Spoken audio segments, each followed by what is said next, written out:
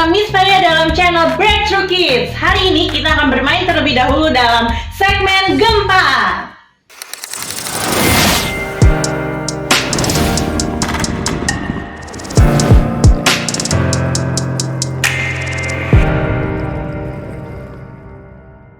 Nah, hari ini kita akan bermain games yang bernama In and Out Games.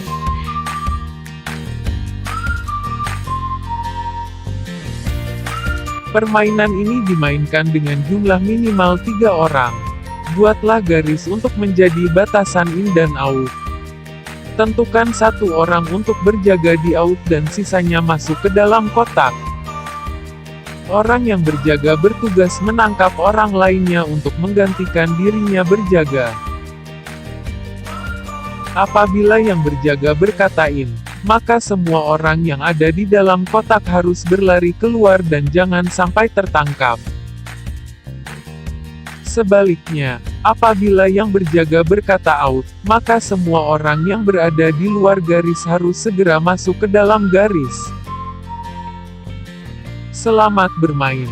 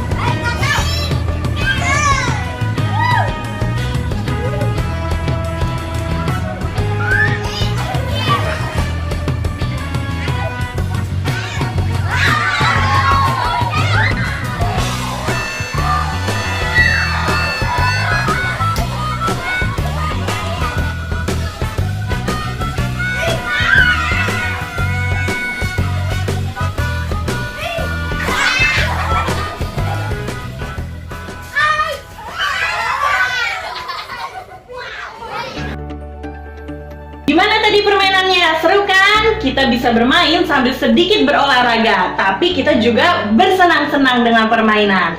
Nah, Miss mau tanya nih, gimana sih caranya kalian tadi supaya tidak tertangkap dengan yang jaga? Atau justru kalian yang jaga?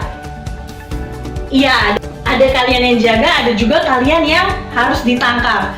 Nah, untuk yang mau ditangkap, gimana sih caranya supaya kalian tadi nggak tertangkap? Fokus! Waspada, Miss. Gak boleh lengah. Harus jeli, harus teliti. Ngelihatnya gak boleh sampai sedetik aja kita terkecoh. Gak kemakan sama rayuannya. Oke, buat kalian yang jaga, tadi gimana sih caranya supaya kalian bisa menangkap buat kalian yang jaga, gimana sih caranya tadi supaya kalian bisa menangkap teman kalian atau keluarga kalian tadi yang bermain? Kita tipu, Miss. Kita bilangnya kita tipu, Miss. Kita pakai strategi supaya mereka terkecoh. Apalagi? Cari celah. Apalagi? Gesit. Oke. Jadi kita bisa lihat dari 2 sisi ya. Nah, teman-teman, kunci dalam permainan ini supaya kita tidak tertangkap oleh yang jaga, itu bisa kita terapkan dalam kehidupan sehari-hari loh. Kok bisa, Miss? Iya dong, karena kunci dalam permainan ini ada 2, yaitu fokus dan waspada. Katakan sama-sama, fokus dan waspada. Katakan sekali lagi, Fokus dan waspada. Fokus dan waspada terhadap apa, Miss? Nah, ini kita lihat dalam firman Tuhan ya. Apa sih yang harus kita fokus dan waspada?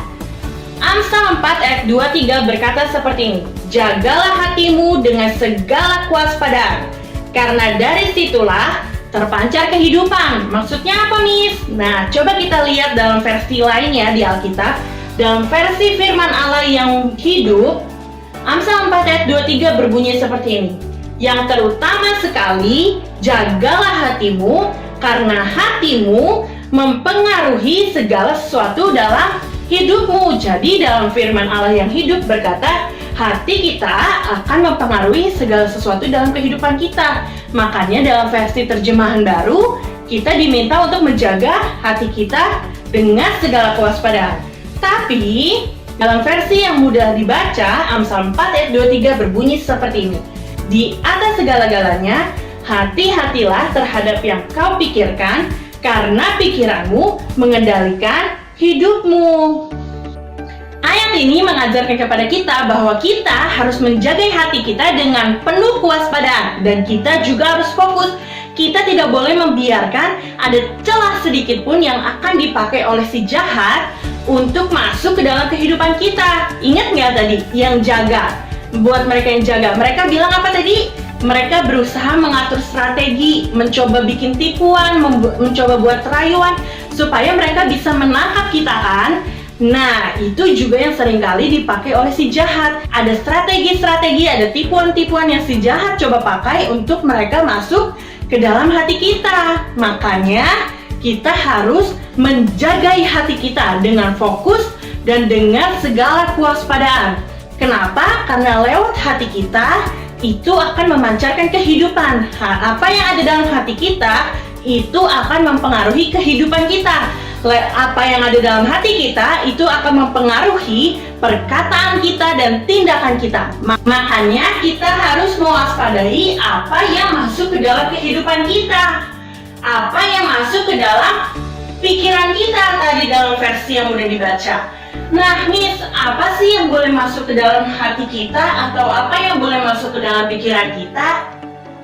Nah, minggu lalu ingat kita belajar tentang apa? Iya, betul. Kita belajar tentang hikmat.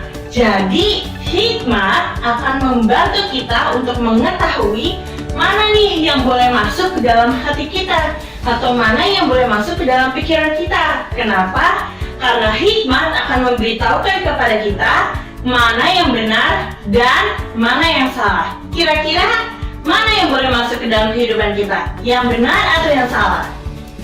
Betul. Yang boleh masuk ke dalam kehidupan kita adalah hal yang benar. Pertanyaannya, gimana caranya kita mendapatkan hikmat? Siapa yang ingat minggu lalu? Betul. Ya, dari firman Tuhan, apalagi nasihat orang tua, nasihat guru, dan nasihat pemimpin kita. Salah satunya adalah dari firman Tuhan. Nah, coba ya kita lihat dalam firman Tuhan apa sih yang boleh masuk dalam kehidupan kita. Coba ambil Alkitabmu dan kita buka sama-sama. Dalam Filipi 4 ayat yang ke-8.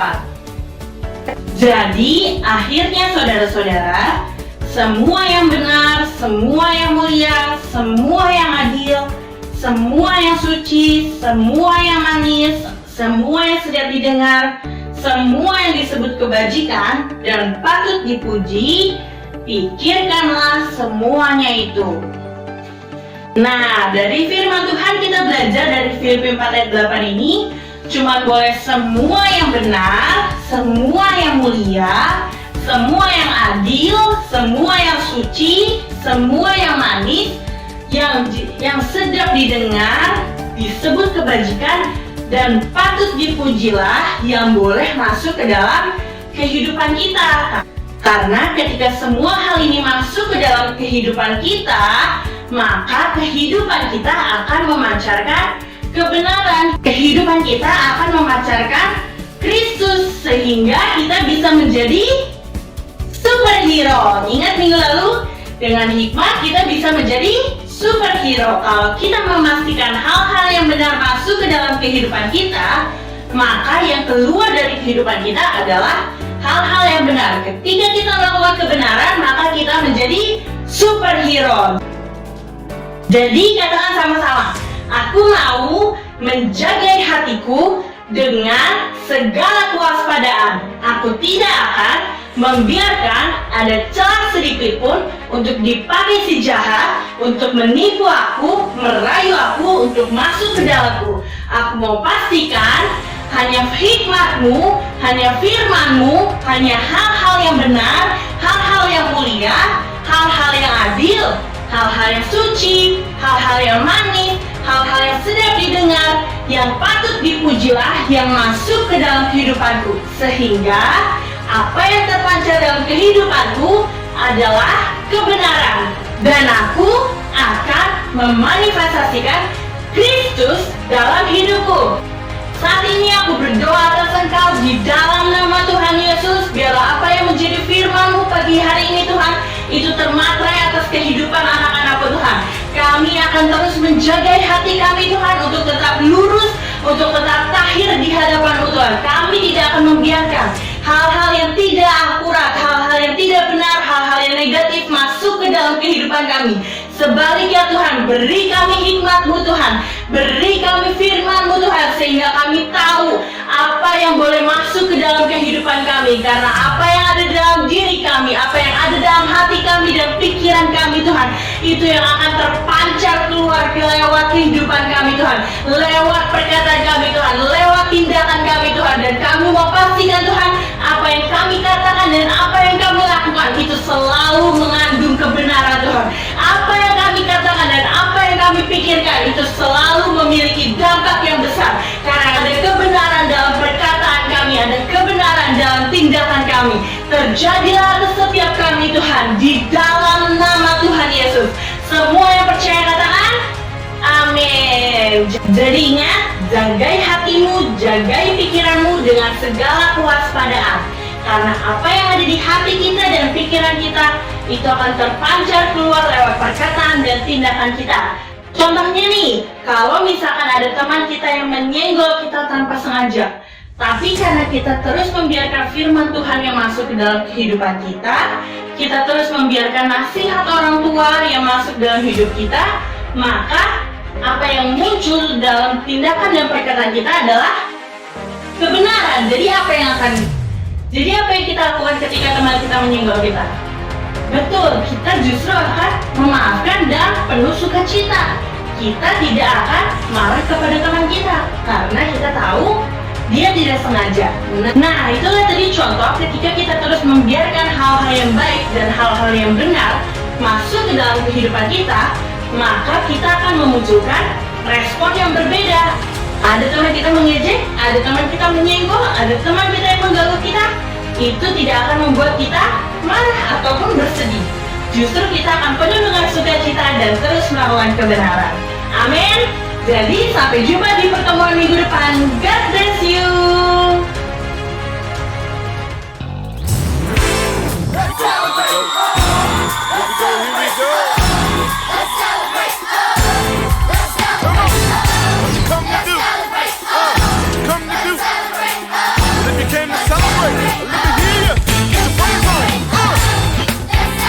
Cause he's the King of Kings and the Lord of Lords.